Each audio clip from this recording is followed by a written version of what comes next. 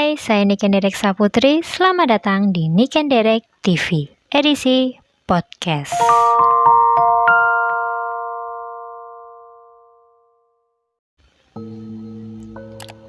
Pada podcastku kali ini, aku pengen cerita ke kamu soal cerita misteri.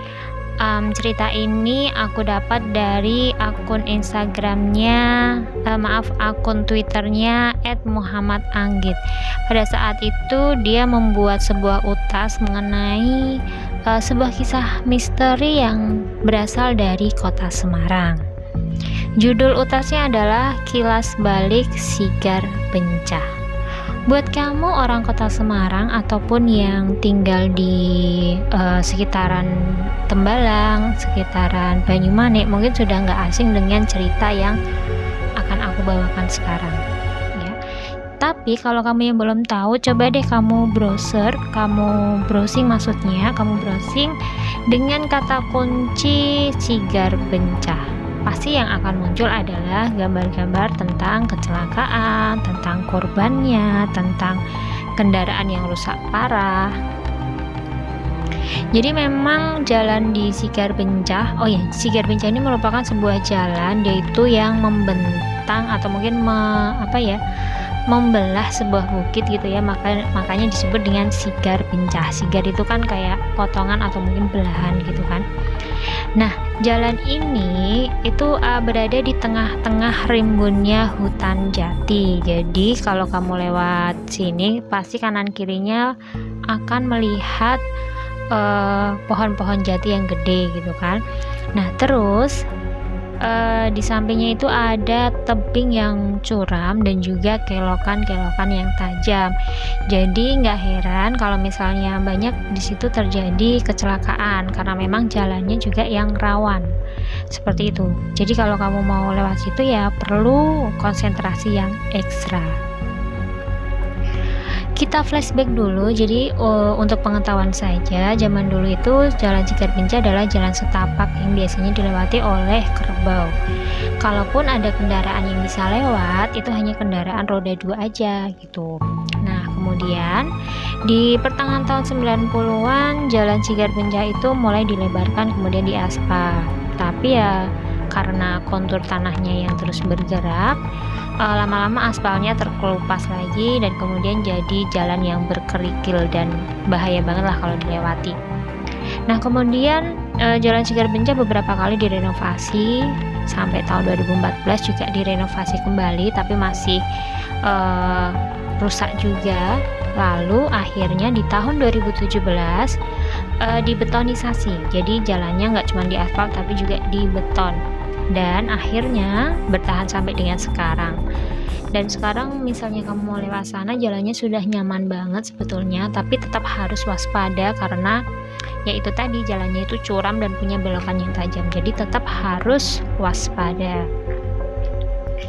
Pada tahun 1999 pernah terjadi kecelakaan. Jadi ada sebuah bis yang jatuh di sana, kemudian menewaskan hampir separuh penumpangnya dan setengahnya lagi semuanya luka-luka. Bahkan ada seorang yang warga sekitar situ, dia ikut tewas karena badannya tertimpa badan bis. Ngeri banget ya. Lalu setelah itu banyaklah rentetan peristiwa kecelakaan yang terjadi susul menyusul begitu kan. Nah, dari kejadian-kejadian itu muncullah cerita-cerita misteri. Bahkan sampai pernah dulu, kalau kamu masih ingat kan ada acara Tukul Jalan-Jalan ya.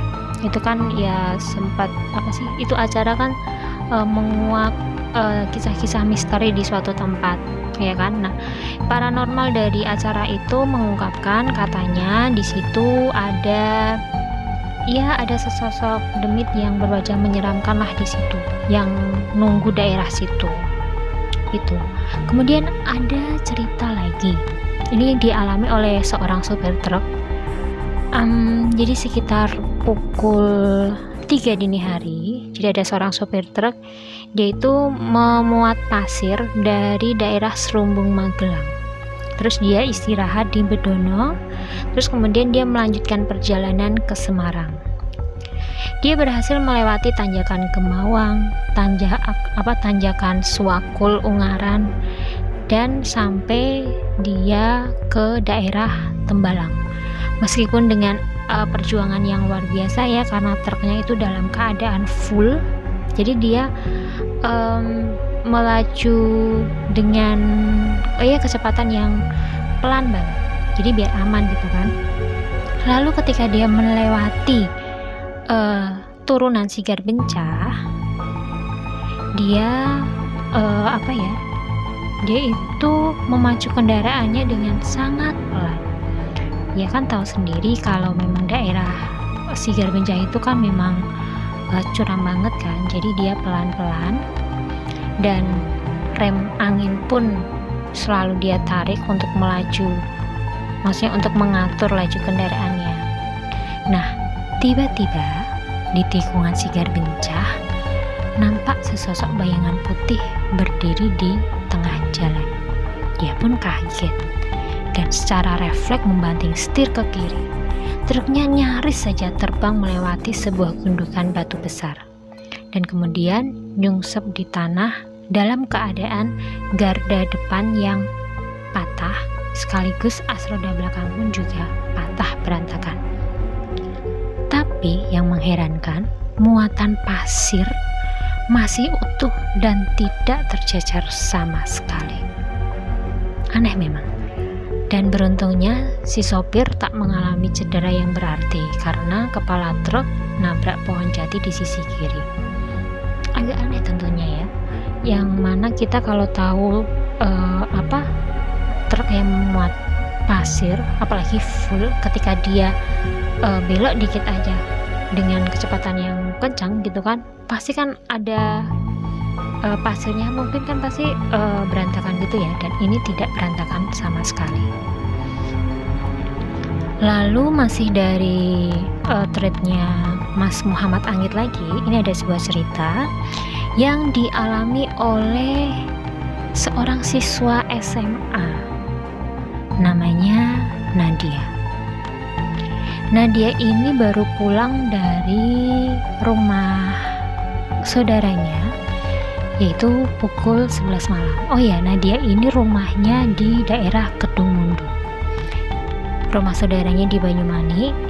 Sampai jam 11 dia di sana, kemudian dia memutuskan untuk pulang melalui daerah Sigar Bencah. Mungkin pikirnya biar agak cepet kali ya. Tapi ternyata dalam perjalanan dia mengalami keanehan-keanehan.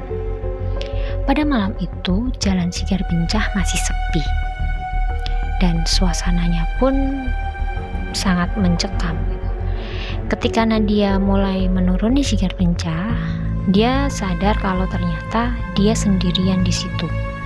Gak ada kendaraan lain, baik itu di belakangnya maupun di arah sebaliknya.